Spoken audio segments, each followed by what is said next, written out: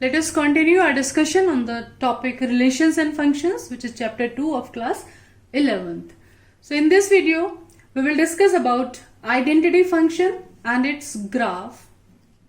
Which function is said to be identity function? Any function from real number to real number.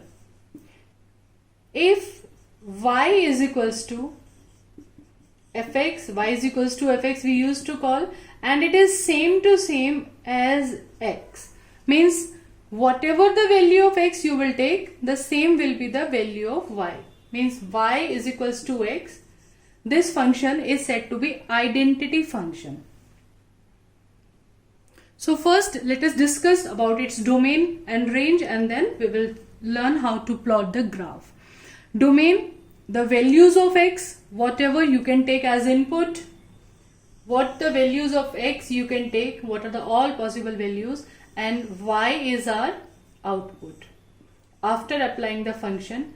So it is defined from R to R, and you can observe that y is equals to x. There is no operation in between x and any digit. So it is defined for all real values of x. There is no denominator which can be 0 for any value, which can create problem which is not defined. So the real function, this y is equals to x is defined for all real values of x. So domain, its domain should be real number R. And as it is identity function, means it's work like a mirror. If we put a mirror in between them, then whatever is domain, the same to same will be the range set. So range set is also you will get real numbers. So remember the domain and range, and identity means same to same means image. So if we put any mirror type, if you put a mirror here, so whatever you will see in the range set, the same thing you will find in the mirror image. That's why it is called identity function. So its domain is real number, means all the real values, and range is also same real numbers. Now let us see how can we plot its graph.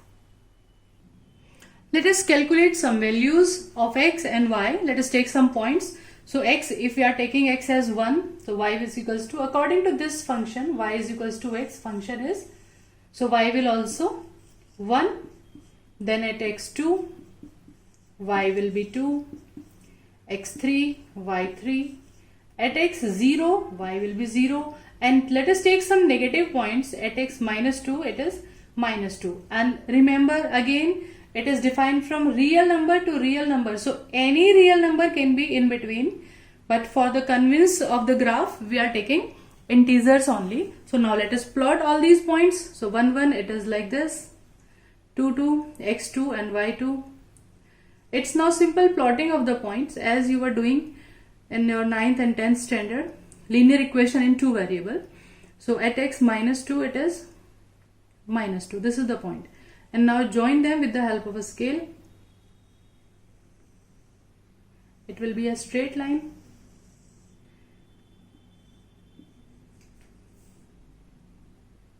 So in this way we will get the graph like a straight line, and this is the graph of simple y is equals to x, that line, linear equation in two variable, and you know the x and y both are same, x2 y2 x3 y3, so this angle will be, it should be 45 degree. Okay, let us understand about constant function.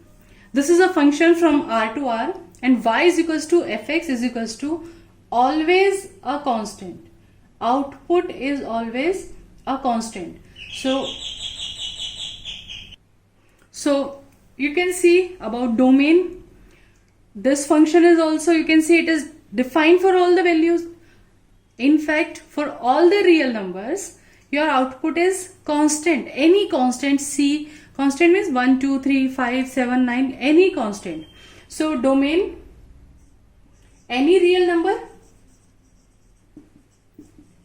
this is input, that is x, and output or range or output, that is constant C for all the values of x. whatever we will take the value of x, range is C only. So let us understand by the mapping also. If you are taking x is equals to 1, then y is the constant C. If you take x2, then y is C, x3, y is C, minus 1, it is C, for 0, it is C, and in between any value you want to take for 2.5, this is again C. Okay, so all the value of x from domain, the answer is y is always C. So we can plot the graph by this information only.